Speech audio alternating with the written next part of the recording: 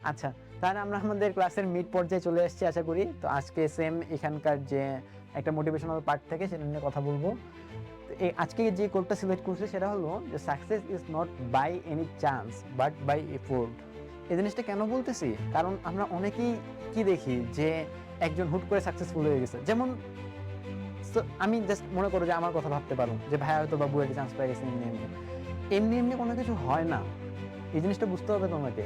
তুমি যতগুলো success story দেখতেছো সবগুলোর পিছনে যে ডার্ক স্টোরি থাকে, এই ডার্ক স্টোরি তো আসলে সবাই সবার সামনে এক্সপ্রেস করে না। এবং অনেকেই আছে যারা মনে করো যে হুট করে তুমি দেখতে পাচ্ছ যে তারা অনেক সফলতার চূড়ায় পৌঁছে গেছে, হুট করে কোনো কিছু হয় না। ইফোর্টগুলো তো আসলে সবাই দেখে না, মানে ব্যাকগ্রাউন্ডে কি হচ্ছে এগুলো তো দেখে না। এই জিনিসগুলো তো কাজ করতে হবে কাকে? তোমার নিজেকে কাজ করতে হবে। এবং এটা কাউকে বলে বেড়ানোর দরকার নাই যে আমি পিছনে এত কিছু ইফোর্ট দিচ্ছি, এটা মানুষকে বলার দরকার নাই। এটা ডার্কেই থাকুক, ব্যাকগ্রাউন্ডেই থাকুক, বাট জিনিসটা করতে হবে। তুমি ভাবতেছো যে আমি পড়ালেখা বাদ দিলাম, এসএসসির 1 মাস আগে যায় পড়ালেখা করব, ধুমায় পড়ালেখা করব। আর আরেকটা ছেলে তোমার 2 বছর ধরে ক্লাস 9-এর প্রথম থেকে একদম বই দাগায় দাগায় পড়তেছে, নোট করে করে পড়তেছে। তুমি কিভাবে চিন্তা করো যে তুমি শেষ 2 মাস পড়ে তুমি এই ছেলেটাকে কাটাতে পারবা? এই ছেলেটা যে 2 বছর ধরে টানা এফোর্ট দিচ্ছে, তার কি কোনো ভ্যালু নাই? মানে সেটা কি তাকে কোনো কিছুতেই অবদান ফেলবে না? অবশ্যই ফেলবে। একটা জিনিস সবসময় মনে রাখবা যে হার্ড ওয়ার্ক নেভার বিট্রেস।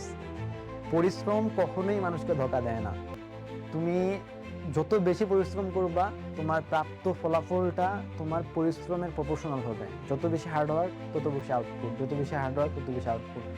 অবশ্যই তকদির বলে একটা জিনিস আছে, তোমার ভাগ্যে যেটা নাই তুমি সেটা পাবা না। এটা যেমন একদিক থেকে সত্যি, ঠিক সেম ভাবে এটাও সত্যি যে আমাদের যে সৃষ্টিকর্তা আছেন আল্লাহ তাআলা, তিনি কিন্তু কারোর সাথে অবিচার করবেন না, এটাও কিন্তু মনে রাখতে হবে। তো তুমি তাকদীরের উপর ছেড়ে দিলে কখনোই হবে না। তুমি একটা জিনিসকে মানে কি বলবো, তুমি একটা জিনিসের যোগ্য না, আল্লাহ তাআলা তোমাকে ওই জিনিসটা দিবেন না, তোমার তাকদীরে লিখে রাখবেন না, লেখা নাই ওই জিনিসটা। তোমাকে আগে যোগ্য হইতে হবে, আল্লাহ তাআলা তোমাকে ওই জিনিসটা দিয়ে দিবে। বুঝতে পারছো? তো সেজন্য তুমি নিজেকে সবসময় সবসময় বেস্ট এফোর্টটা দাও। তোমার হাতে যতটুকু আছে তুমি তার বেস্টটুকু দাও। রেজাল্ট কি এটা তোমাকে নিয়ে ভাবা লাগবে না, তোমার ইফোর্ট দাও। আমার ইফোর্ট চাই, তুমি ইফোর্ট দাও 100% ইফোর্ট। রেজাল্ট হচ্ছে তুমি ফেল করো, কোনো সমস্যা নেই। আমার সবচেয়ে মজার বিষয় হলো তুমি 100% ইফোর্ট দিলে তুমি ফেল করবা না। এবং যে ফেল করে সে যদি কখনো দাবি করে যে আমি 100% ইফোর্ট দিয়েছিলাম তাও আমি ফেল করছি, তাহলে সে মিথ্যা বলতেছে। 100% ইফোর্ট দেওয়ার পরে কেউ ফেল করবে, বাংলাদেশের কারিকুলাম এখনো অত জঘন্য লেভেলে পৌঁছায় নাই, এতটুকু আমি বিশ্বাস করি। তাহলে মেইন থিম কি? মেইন থিম হলো তোমাকে অনেক বেশি এফোর্ট দিতে হবে, অনেক বেশি হার্ডওয়ার্ক করতে হবে, এবং এটা মানুষকে দেখানোর দরকার নাই। এটাকে অন্ধকারেই রাখতে দাও, সমস্যা নাই।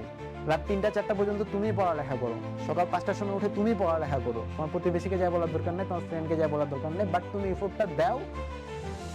একদিন না একদিন এর ফল ভোগ করবা, এটা আমি বলে রাখলাম। ঠিক আছে?